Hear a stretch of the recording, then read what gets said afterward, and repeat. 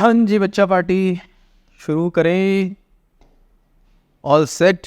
मैं विपिन एक बार फिर आपके सामने आज लेकर आया हूँ lecture number 61 on smart read vocab. As usual आज के इस लेक्चर में मैं डिस्कस करने वाला हूँ स्मार्ट रीड ड्रिल नंबर 61 में जो पैसेज हमने आपके लिए पिक किया है इंग्लिश लैंग्वेज का, उसके difficult complex important words, phrases, idioms या फिर फ्रेजल वर्ब्स को। चलिए शुरू करते हैं with the very first word of the day which is ghoulish. Reference क्या लिखा है गोलिश का? Water has drained away in most places, leaving behind a foul smell in damp homes and debris of fallen branches, leaves and muck along the pavements as a Gaulish commemoration of a catastrophe. अब यहाँ पे कुछ और भी words हैं जो नए नए से लग रहे हैं। मक होता है कीचड़, एंड कमेमोरेशन होता है किसी की याद में जब हम सेलिब्रेट करते हैं, यानी स्मरणोत्सव कहते हैं ना, किसी की याद में हम एंजॉय करते हैं, उत्सव मनाते हैं, तो उसको हम बोलते हैं सेलिब्रेशन। आप एनिवर्सरी का भी करते हो तब भी आप कमेमोरेट करते हैं उसको।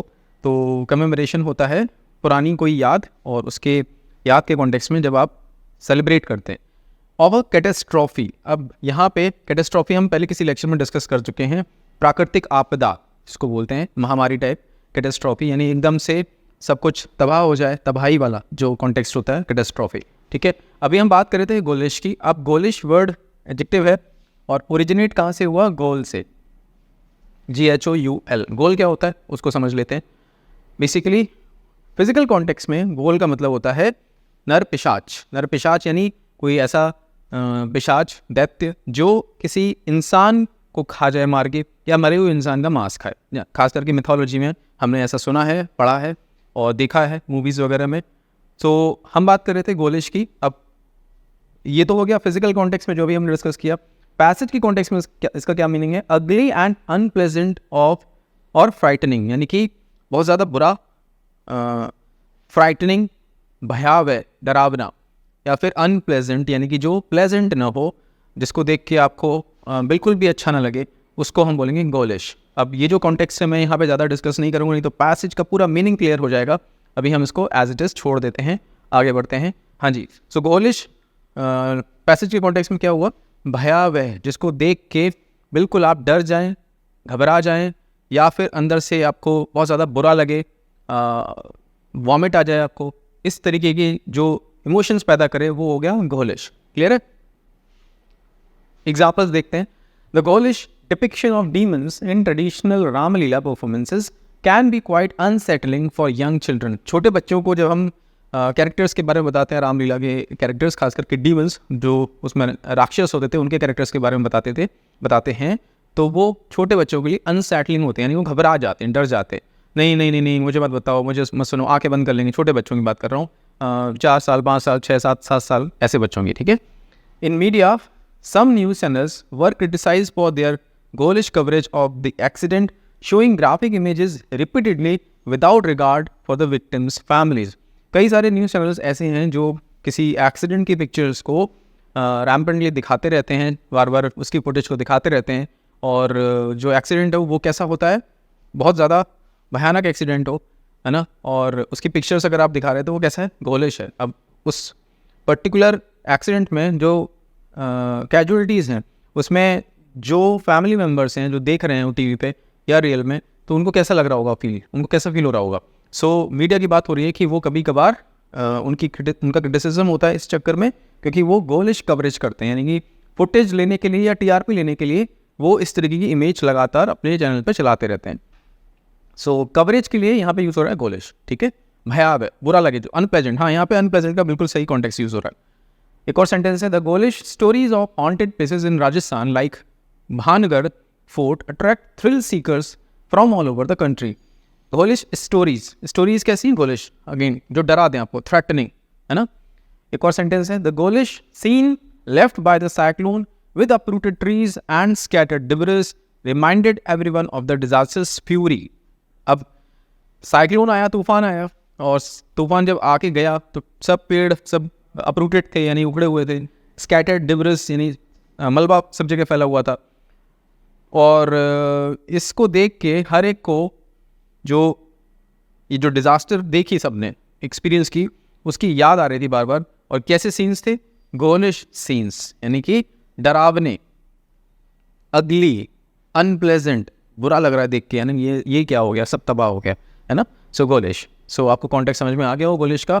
अभी हम डिस्कस करते हैं सिनोनिम्स। मकाबरा, मकाबरा अगेन जो डेथ से संबंधित हो, खास करके ऐसे सीन्स जहाँ पे डेथ की बात हो और बड़े मॉर्बिड सीन्स हों, कटे हुए लोग पड़े हुए हैं, आंखें निकली हुई हैं बाहर, मतलब अगेन वही कुछ सिनेरियो है सेम। ग्रिजली सेम मीनिंग है, मॉर्बिड डेथ से संबंधित। ग्रूसम, अभी जो कोलकाता में जो रेप हुआ सबने देखा, ग्रूसम एक्ट यानी इतना बुरी तरीके से कोई मतलब इंसान क्या ही कर सकता है, हैवान भी शर्मा जाए, ऐसे एक्ट्स हमें देखने को मिलते हैं। निर्भया वाले केस में भी सेम हमें देखने को मिला था, ग्रूसम एक्ट। क्लियर है। एंटोनिम्स की बात करें तो चीयरफुल जो आपको खुश कर दे, प्लेजेंट जो आपको प्रसन्न कर दे, उसके बिल्कुल ऑपोजिट। ठीक है, आई होप आपको गोलिश का मीनिंग इन कॉन्टेक्स्ट समझ में आ गया हो। Next word is lingering. Reference क्या लिखा लिंगरिंग का, for daily veg earners the flood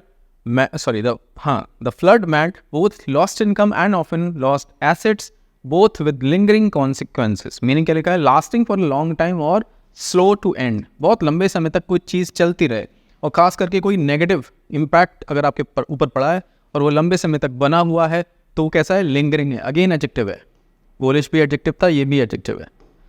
हाँ जी, डिस्कस करते हैं इसको।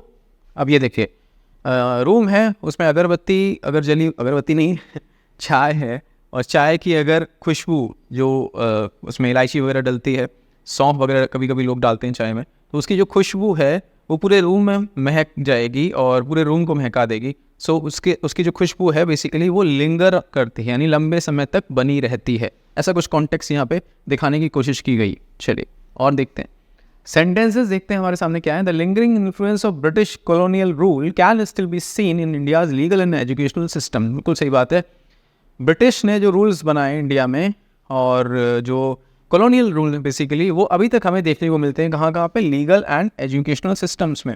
जो पुराने जो ट्रेंड चले आ रहे हैं वो अभी तक हमें देखने को मिल रहे हैं, लिंगर कर गए, वो लंबे समय तक बने रह गए।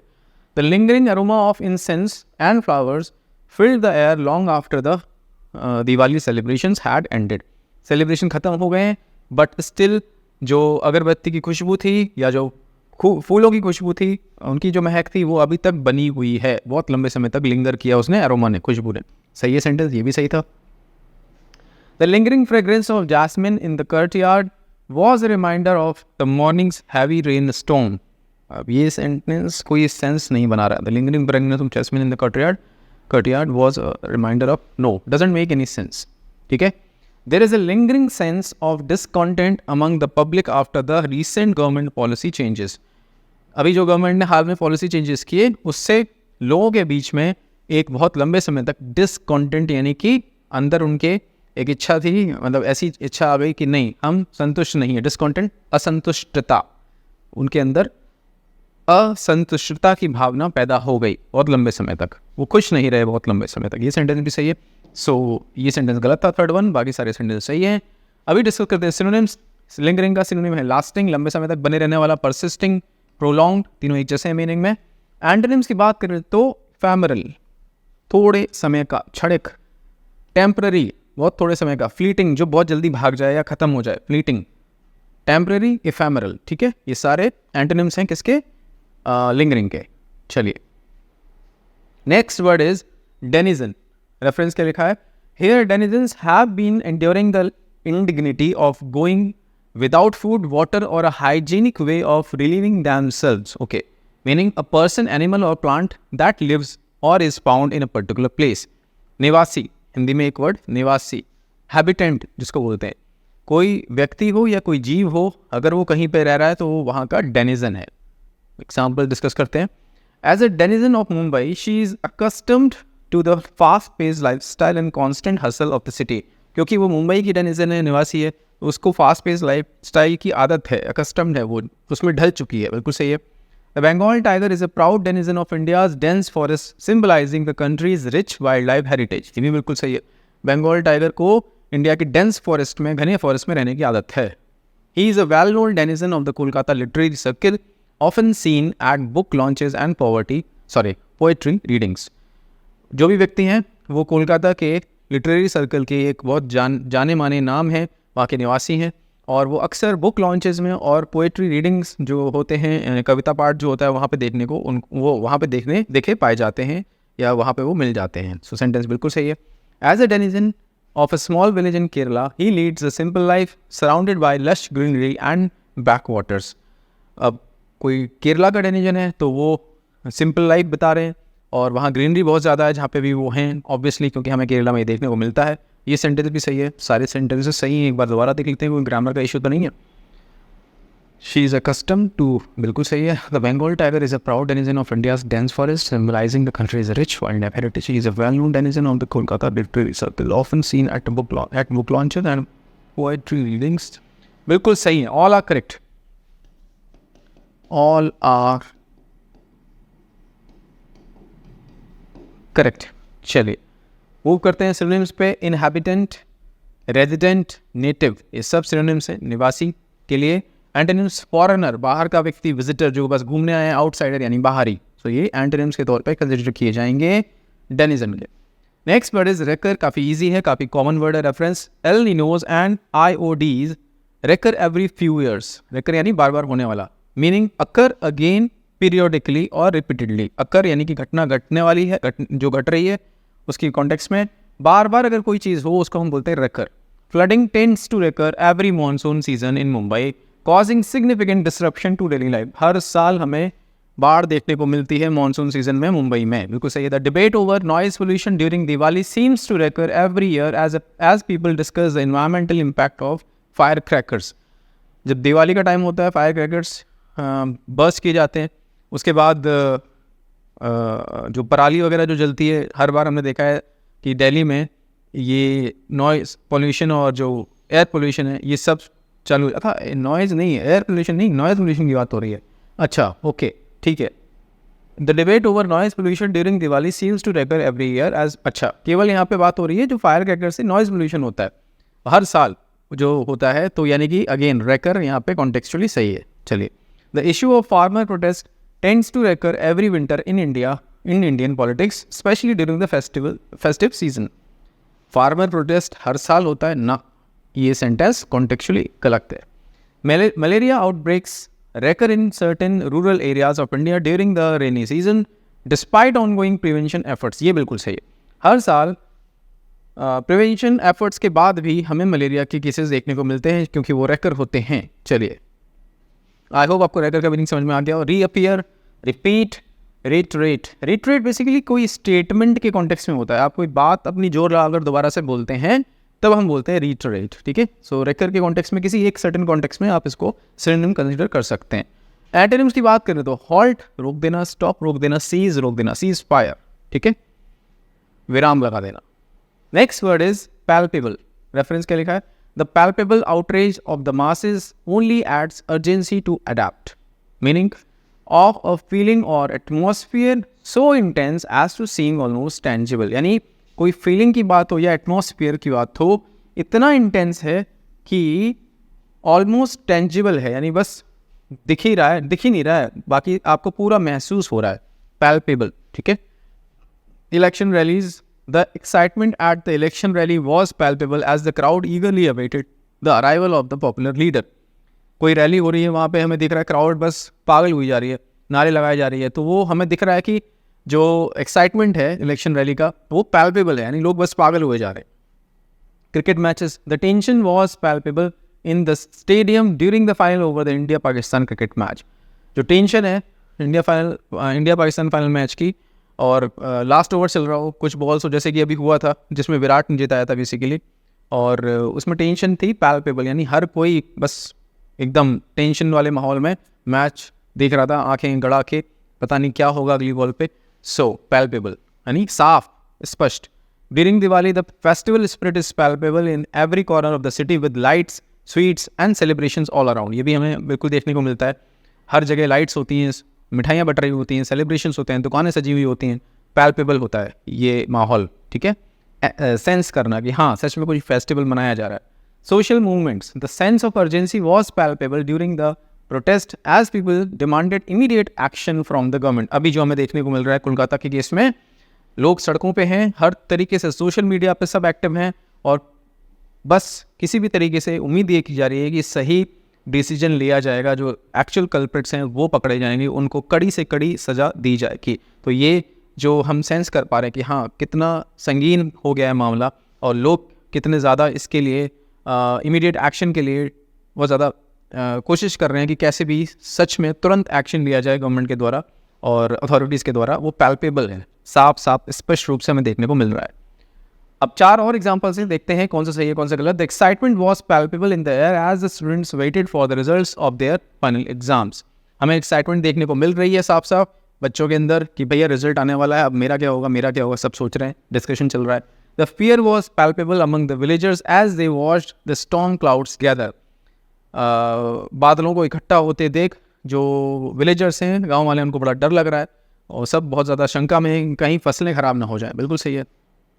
The tension in the court room was palpable as the jury prepared to deliver the verdict. Verdict आने वाला है, सबके दिमाग में टेंशन है कोर्ट रूम में। बिल्कुल सही है। The food was so palpable that everyone could feel it. Doesn't make any sense. Food palpable नहीं होता है ना, ये कोई सेंटेंस नहीं है सही, तो इसको हम गलत कर सकते हैं। Let's move to the synonyms and antonyms part. Perceptible, जिसको परसीव किया जा सके, महसूस किया जा सके। नोटिसेबल, जो इजीली नोटिस किया जा सकता हो। डिटेक्टेबल, नोटेबल, ये सब सिनोनिम्स हैं। एंड एंटोनिम्स की बात करें तो इंटेंजिबल, जिसको महसूस ना किया जा सके, जिसको आप देख ना सकें, महसूस भी ना कर सकें, ना पकड़ सकें। इम्परसेप्टिबल, परसेप्टिबल का एंटोनिम इम्परसेप्टिबल। इनविजिबल, जो बिल्कुल आप देख ना सकें, उसको हम बोलते हैं invisible. So I hope palpable का मीनिंग आपको समझ में आ गया हो। दैट्स इट बच्चा पार्टी। अब आपको क्या करना है, हमेशा की तरह हर एक वर्ड पे उसके सही कॉन्टेक्स्ट में बनाना है आपको खुद का एक सेंटेंस, और आपके सेंटेंसेस के कॉम्बिनेशन को एक सिंगल कमेंट के तौर पे ड्रॉप कर देना है इस वीडियो लेक्चर के कमेंट्स सेक्शन में। मैं हमेशा कहता हूँ अगर आप ऐसा करते हैं तो सबसे ज़्यादा आप सीखते हैं, ठीक है।